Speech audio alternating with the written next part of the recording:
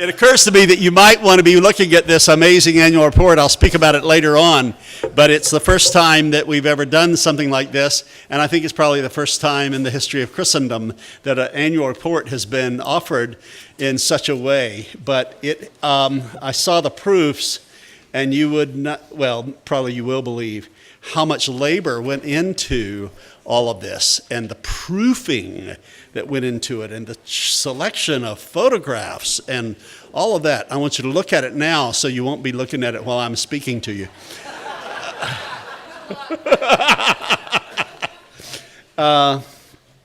But since we're talking about it, this is the brainchild of Chris Vanderhorst. Is Chris here?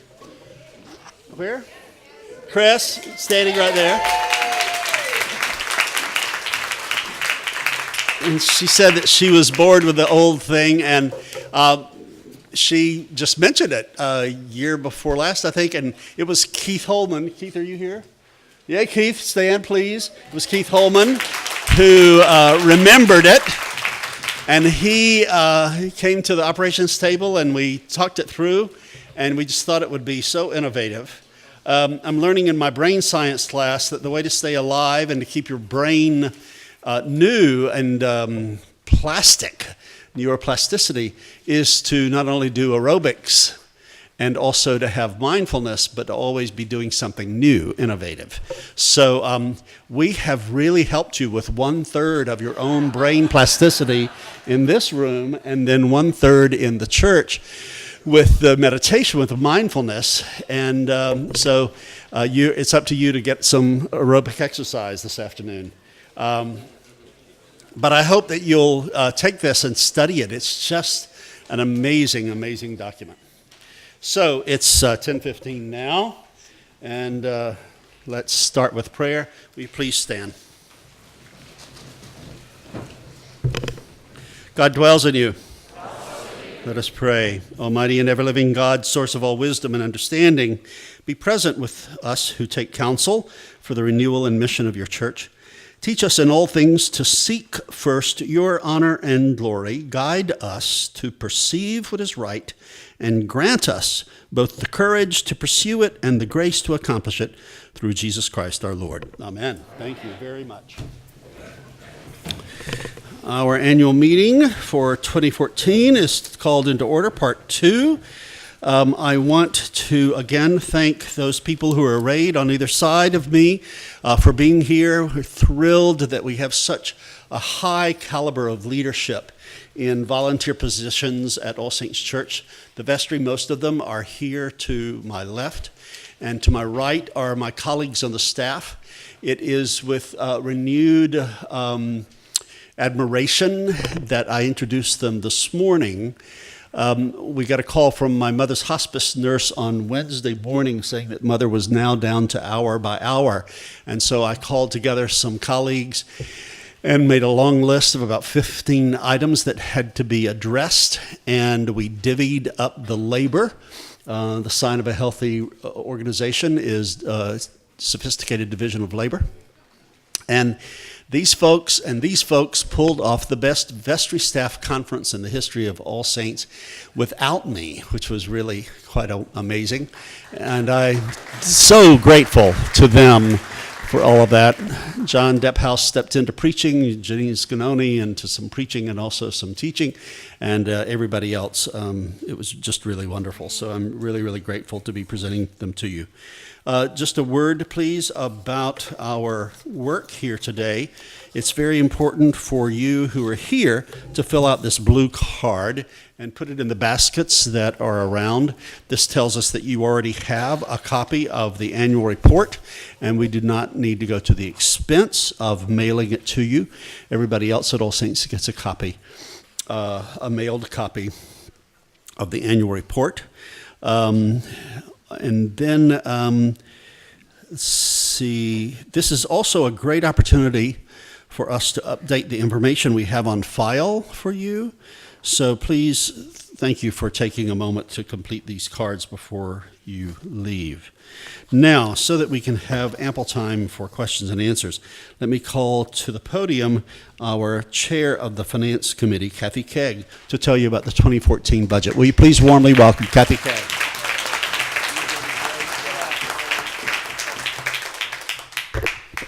Good morning. Good morning. And I bid good morning to all of you here and all of you that may be streaming from wherever you are.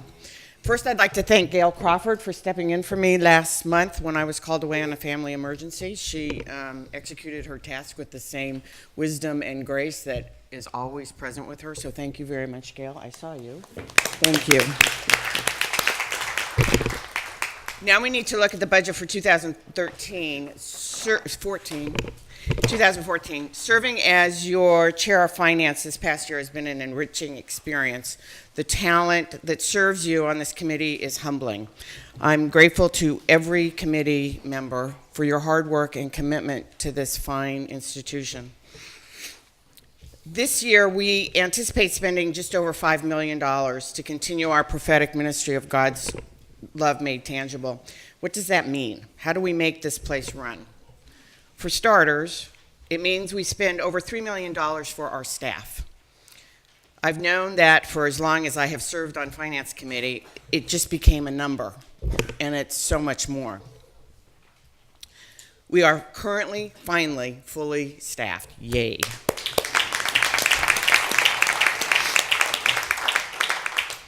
As you heard last month, part of our surplus from 2013 was because we were down 2 clergy and other critical staff for several months last year. We currently have 6 full-time priests plus 30 other full-time employees.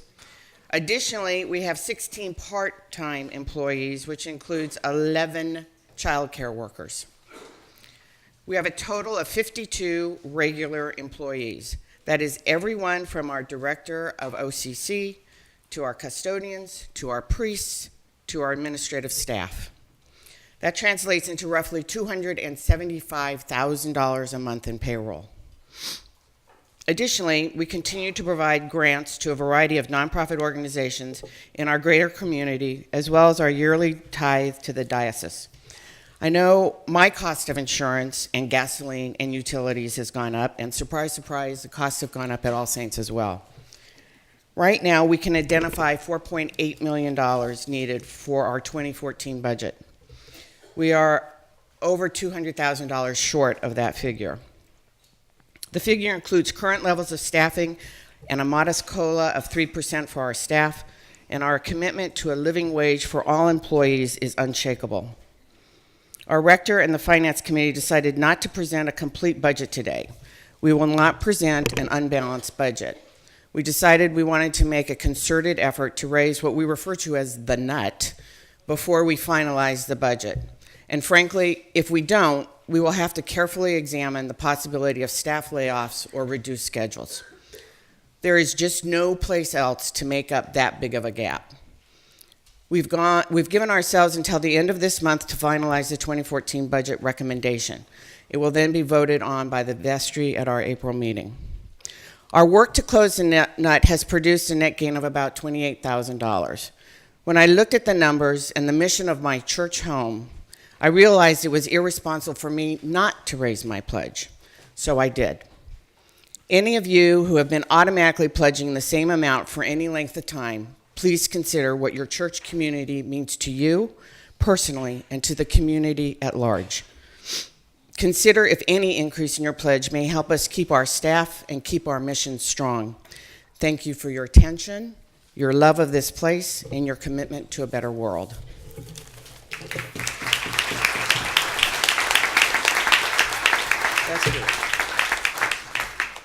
Thank you, Cathy. And now an update on our building project. Will you please warmly welcome one of the co-chairs of our project, Bob Long. Thank you, Bob.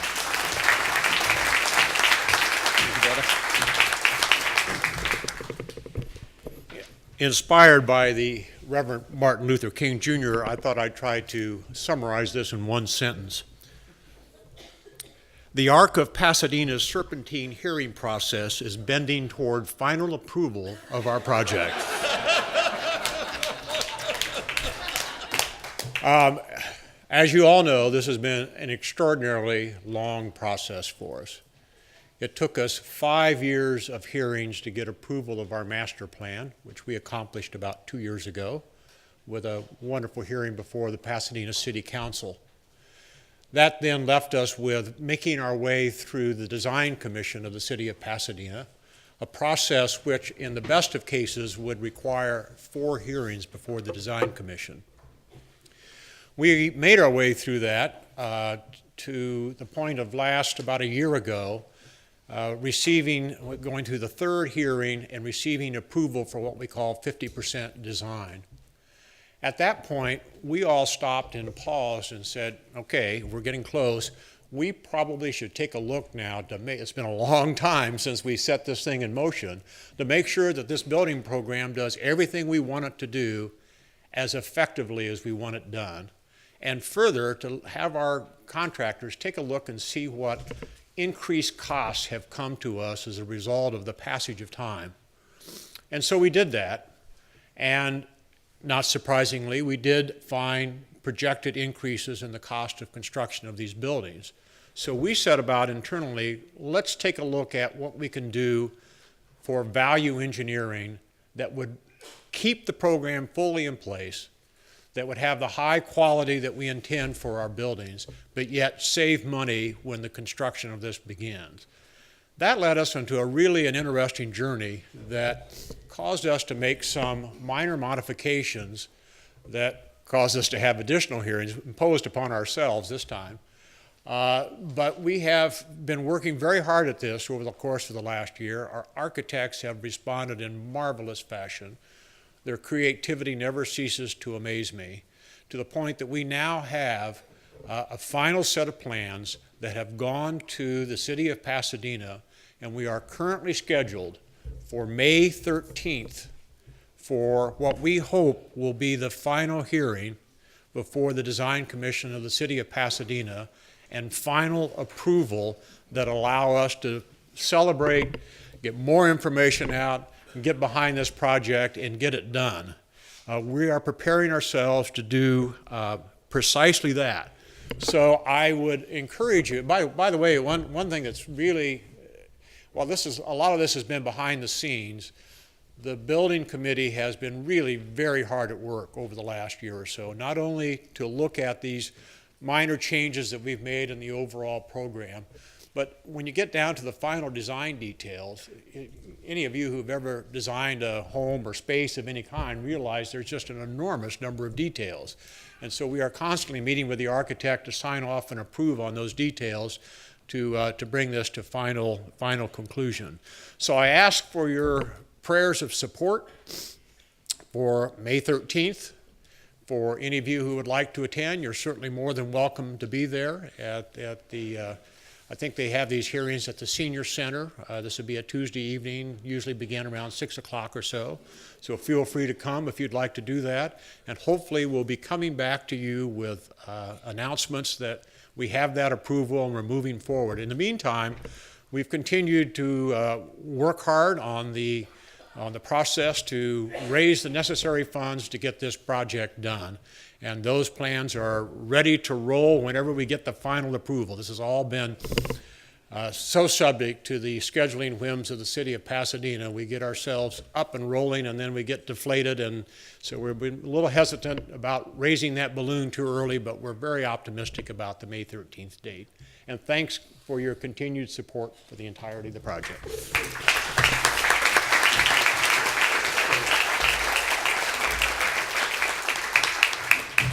Thank you very much, Bob. While we're thinking about that, I simply want to, again, publicly thank the leadership of the building team. Gloria Pitzer chairs our campaign finance committee. Elsie Sadler works with me every week on fundraising and cultivating those people we are asking to make gifts. And Bob, Don Baker, and Liz Trussell are 3 attorneys who are meeting regularly with the architects, people of faith, passionate about the mission of All Saints, and clear that our new buildings are not just buildings, they are instruments for showing All Saints good news and our mission. As I said in my sermon, my brother and I have 19 cousins just on our mother's side. And while they're all religious people, church or synagogue going folks, they are a raucous, irreverent bunch. And so, as is our want to stay playful, my brother and I frequently would just use a throwaway line, well, you'll have to be patient with us, our mother just died. And so we kept saying that over and over again, and finally our cousins said, you boys only have about 2 more days to use that. That's part of the preface of this annual report. My mother just died. And rather than have a typed up presentation as I have the last 17 years, I have some notes, and hopefully I can run through them pretty quickly and have time for questions where I've left gaps. The theme of what I want to say today, however, is a quotation from John Sweetland, who was my first senior warden here 17 years ago, who talked about All Saints frequently in saying that life is a river, not a pond. And I have really felt that river flowing through All Saints Church, particularly this past year. And so I want to begin by thanking some people who have served in amazingly exemplary capacities, and thank them and make some announcements about some new people. At the top of the list is Bob Wilson. Bob Wilson has served as senior warden in an amazing fashion this past year. If I had to choose one instrument from the symphony orchestra to characterize Bob, it would be a trumpet. Sometimes blaring, sometimes soft, very penetrating, very, very clear, but always you snap to attention when Bob speaks. He's a defense attorney, and he has as his signature quote, and you can tell an awful lot about people from looking at their email and what their signature quote is: prosecution without compassion is legal blasphemy. Bob has been a leader in developing our legal ministry. He has been the core and the trumpeter of our new member ministry for several years. He's been an amazing companion for me. The senior warden is frequently referred to as the Rector's warden, and he, with his magnificent wife, Cathy, have been great friends in an official capacity. But he will continue his service without any kind of interruption. I like to give a gift to a retiring senior warden, and I wanted to give a gift about justice to Bob. And I found this amazing poster by John August Swanson, and Bob, don't get upset, this is not the actual gift because it's not framed. But John August Swanson is a great artist here in Los Angeles. And most of his stuff is very, very colorful, but he's done this newsprint blast kind of series of posters. And this one is about Dr. Martin Luther King Jr. And it's taken from his Christmas sermon about peace, in which he says it really boils down to this, that all life is interrelated. We are all caught in an inescapable network of mutuality, tied into a single garment of destiny. And then he talks a great deal about peace and justice. Well, I called John August Swanson to see if he would sign a copy of the poster. And he says, not only will I sign it, but I'll have it framed the way I want to have it framed. And then I will deliver it to you. And he said, what do you want me to put on it? And I said, to a fierce advocate of justice, Bob Wilson. So Bob, you will receive a signed copy of this from John August Swanson. Would you please stand and receive our thanks?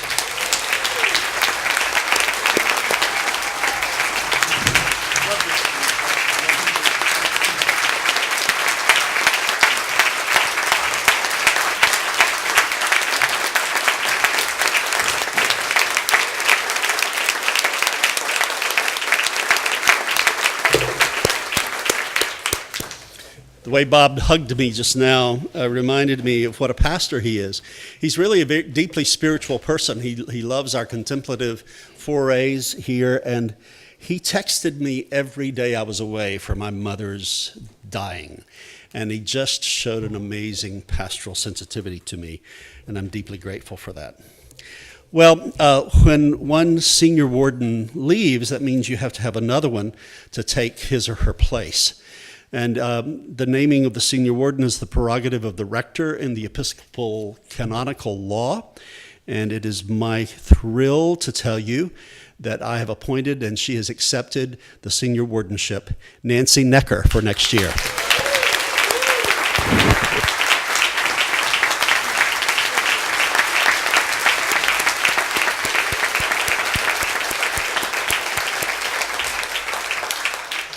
The junior warden is an elected position. He or she is elected by the vestry, and there's a very long, deep, sweet, wonderful process in which we discern who the person is that we propose to the vestry. And we propose to the vestry elected, and she has accepted that next year's junior warden will be Cathy Keig. Will you?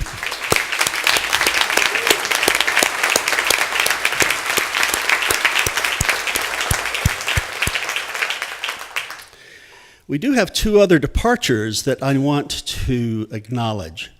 There is an office called the Office of the Treasurer in the Episcopal setup, and that person is the person who really looks at the numbers, asks hard questions, is a no person to the rector. We like for that person to not be irritating, but rather agitating. And the treasurer we've had for a number of years has done that in a wonderful way. Close friends of hers in this parish think that she is the most heavily disguised naughty person in the entire parish. She is scheming, but you look at her and she looks so sweet and demure. But underneath that is this calculating mind. I am so deeply grateful that Gail Crawford has been serving as treasurer. Gail, will you come and receive some flowers?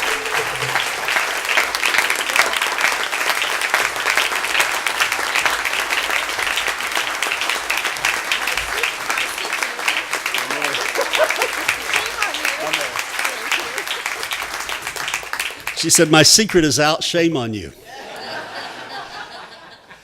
She told me that she wanted to step down from this post several months ago, and I first stayed in denial about it, and then she said, "You didn't take me seriously." And so I started looking around for who would be a worthy successor for her. A young couple has come into our parish, and one of them really loves finances and wanted to be placed on the finance committee and has begun asking the kinds of questions that I want, and I think you want, the treasurer of All Saints to ask. And so I'm really, really thrilled to be able to announce that I've appointed, and he's accepted, that our new treasurer will be Jim Albarano.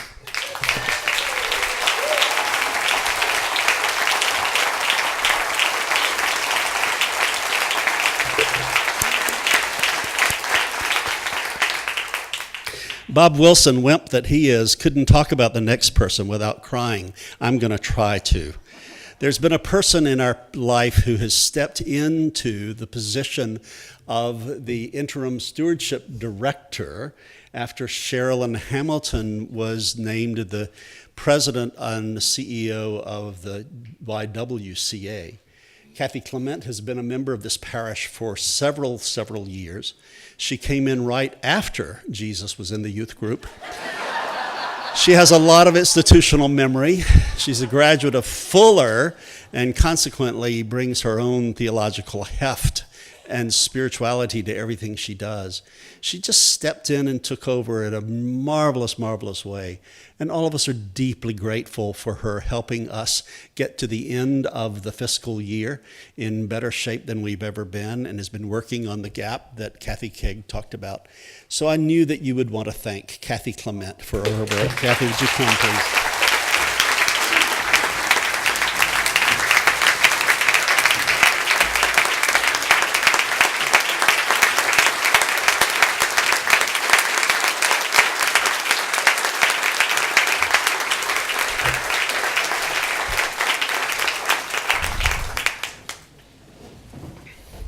That gives me an opportunity to announce to you now, although we'll send out an email blast to you next week, that we have brought our search for a new Director of Development and Giving, which is the new title rather than Director of Stewardship.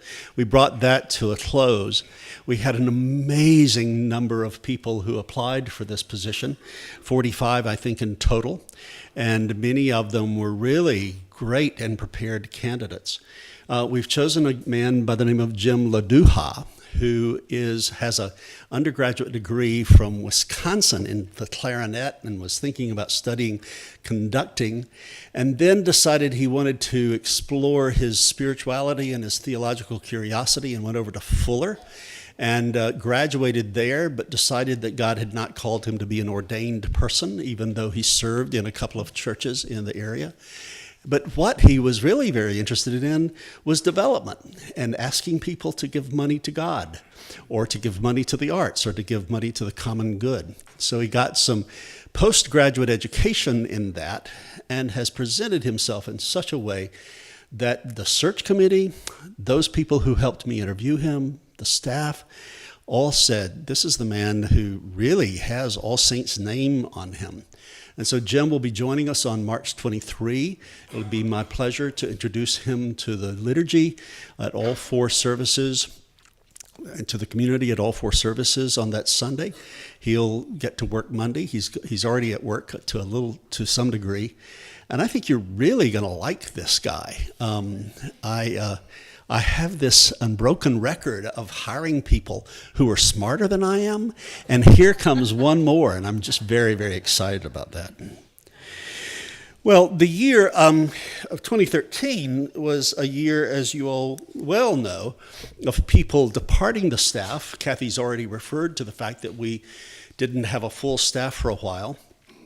We lost Wilma Jacobson and Abel Lopez and Sherilyn Hamilton, three beloved and effective members of this parish. Thank God we had a process going on, taking a look at the changing models of the church.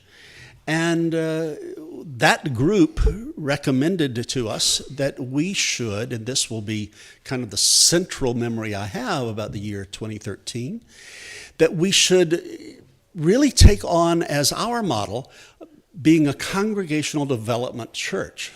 And by that we mean a church that is growing in many ways, a church that when anybody comes to us, we have a way of engaging them and tracking them and keeping up with them, and also asking them to become more deeply engaged in the life and find their way here. And so we were very happy to redo all of, or most of, our job descriptions here at All Saints and hire a congregational development specialist, which we did in Janine Scanoni, which has been such a wonderful hire. Then we also, yes, absolutely.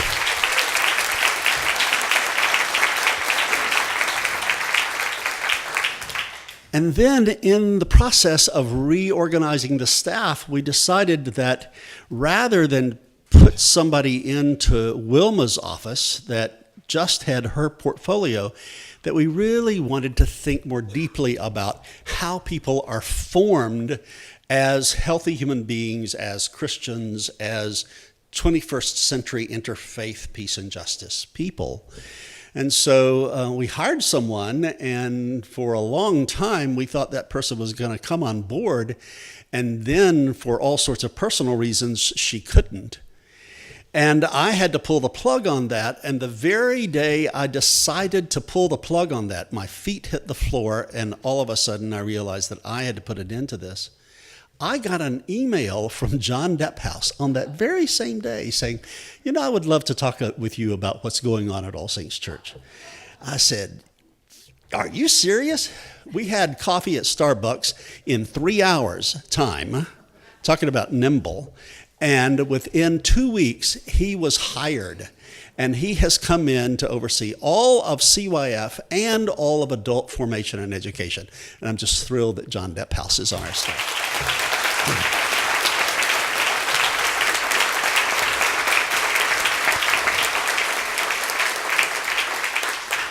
We had earlier had a national search for the Director of Peace and Justice.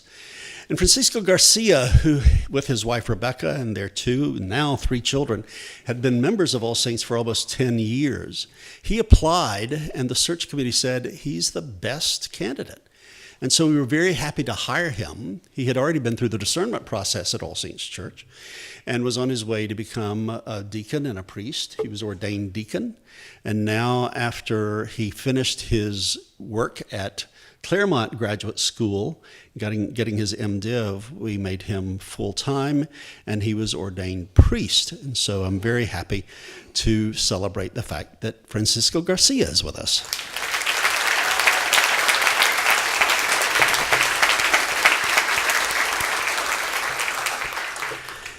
And then Sally Howard is a person who has been in All Saints environment and force field for quite a while.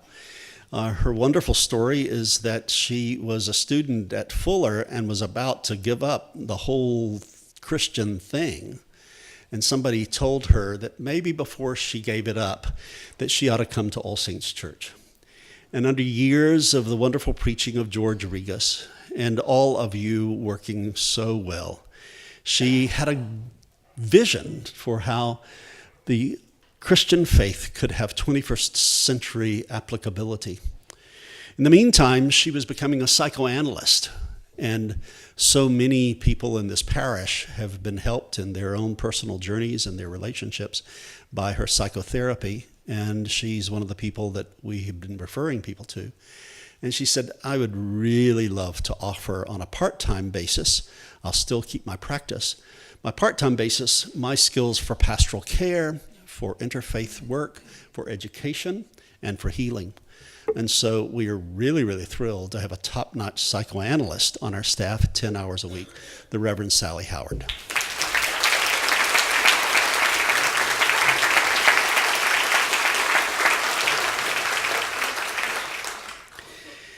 I'll wrap this up now. Just two more items that I want to mention.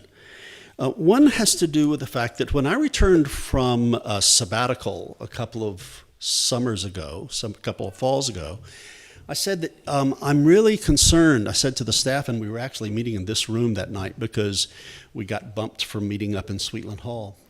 I'm really concerned about what's going on in terms of economic injustice. And I think we ought to spend a lot of our chits in terms of getting arrested, protesting, flirting with the IRS, pulling anything from us around this issue. What do you think? And they were so enthusiastically supportive of our really going to town on economic injustice and economic justice issues. And also, one member of the vestry, Virginia Classic, said, and I think we ought to take a look at this whole business of nonviolent social action.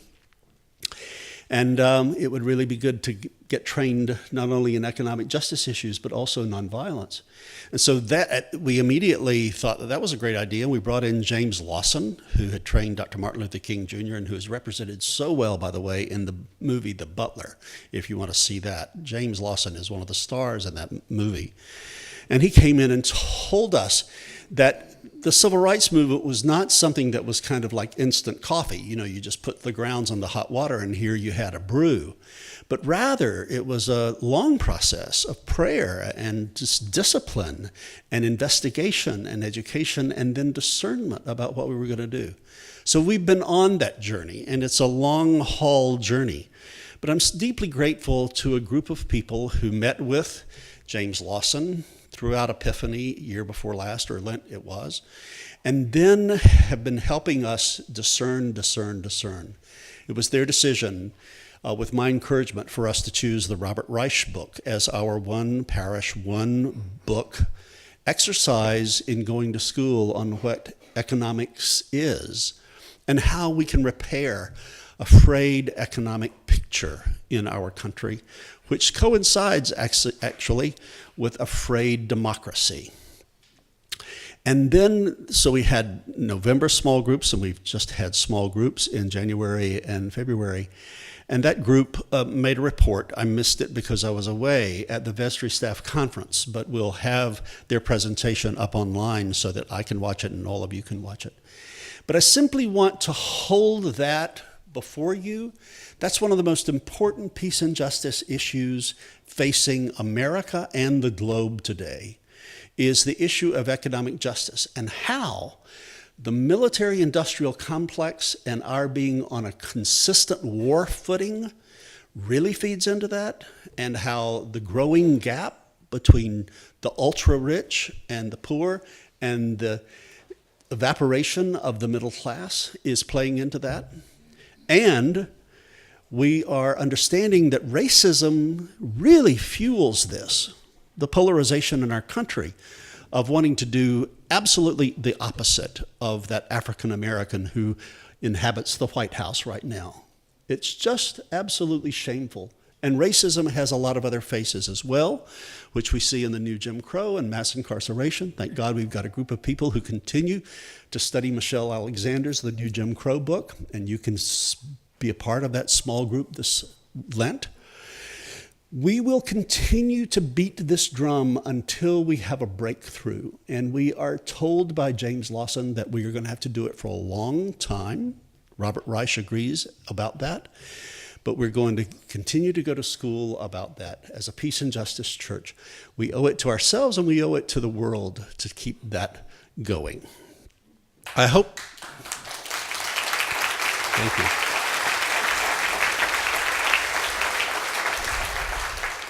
I hope that each of you commits to coming to be with Brian Stevenson next Sunday here in the forum at this time.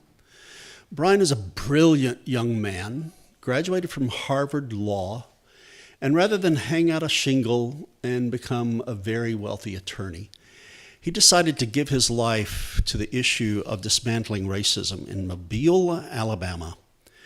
His TED Talk is one of the most popular TED Talks in the history of TED Talks. And if you'd like to see it, all you have to do is Google Brian Stevenson and TED Talk, either before or after he speaks here in this well next Sunday. And let all of us learn from him about how racism is feeding all of the cancers of our social life today.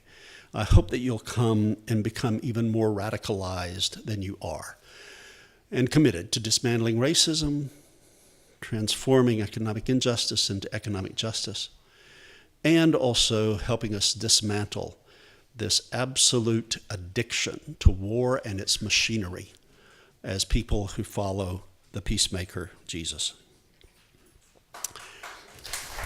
Just a minute. So finally, I just want to recognize two other things that are going on. I've been so thrilled at what's been going on with our children's choirs. Too frequently, from my taste, they would be there and make us all cry at 9 o'clock. And I wanted the 11:15 folks to be crying too. Because when I think of tears and crying in church, I think of healing and empowerment. And I'm so deeply grateful to Jenny TC for doing what she's been doing to help us with all of that.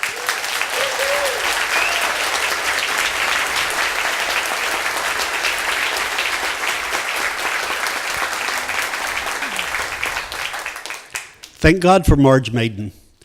Marge Maiden was a very modest but controlling human being. And after she passed on through death into the greater life, we found out that she was rich as creases. And she left a whole bunch of money to All Saints Church. And since then, we've been taking care of our fabric and our infrastructure here. One of the things that we've been able to do is use some of her money to increase our streaming capacity, so that rather than having one camera, we've got a couple of three, and Keith is four. Like I said, 4 cameras, and Keith is up there, and we have a growing number of people who count themselves as members of All Saints Church through the streaming that's going on right now for this Rector's Forum, but also for the 11:15 service and some other services. We get email from people from all over the world thanking us for doing what we're doing. All Saints on that level really has become a global enterprise. And it reminds me of the definition that I embrace about a healthy church. A healthy church is measured not by the improvement of the lives of people who go there, but by the improvement of the lives of people who don't go there.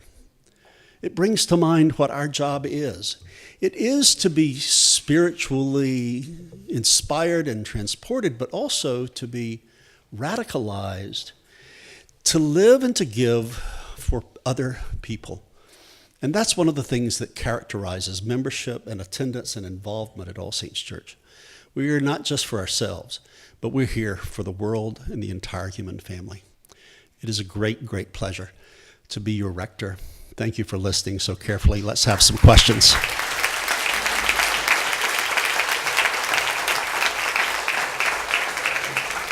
Tom, yell it out and I'll repeat it because yeah, go ahead with the mics. Sure. Go ahead. Go ahead, Tom. There you go. I'm sure I'm not the only person who would like to know concretely what we can expect by way of new buildings in this program. Well, what are we building? When are we building? Oh, my God. I'm sorry that you don't know that, and I will make sure that you have access to all of that. We are building 3 instruments for ministry, a forum, education building, and an outreach building, and a lot of other things. We've had several annual meetings here about it, and we'll get that to you. Other questions? Yes, please. Over here. Back to the building, I'm sure we've all noticed that the barbecue building has gone up for sale, and I was wondering if there are any ideas about purchasing that and expanding the plans for the church, and if we did that, would that require going through 4 more meetings with the Pasadena Council? The answer is yes and no. We're very interested. We're in negotiation, and we would not have to do all of that. And we're very, I live in optimism and hope because that's what is very energizing. So we'll just have to get back to you. A lot of that is deep secret stuff. But I'm fine. I'm glad you asked because other people want to know. Are there other questions? Yes? Yes, please. Yes, along with what Tiffany just said, the property on the corner of Euclid and Walnut, I used to work there. It was parole office. I retired from that brick building that's just east of the library. Has that been given consideration? It has not, but we will give it consideration since it was your idea this morning. Any other? Yes, please. Right here.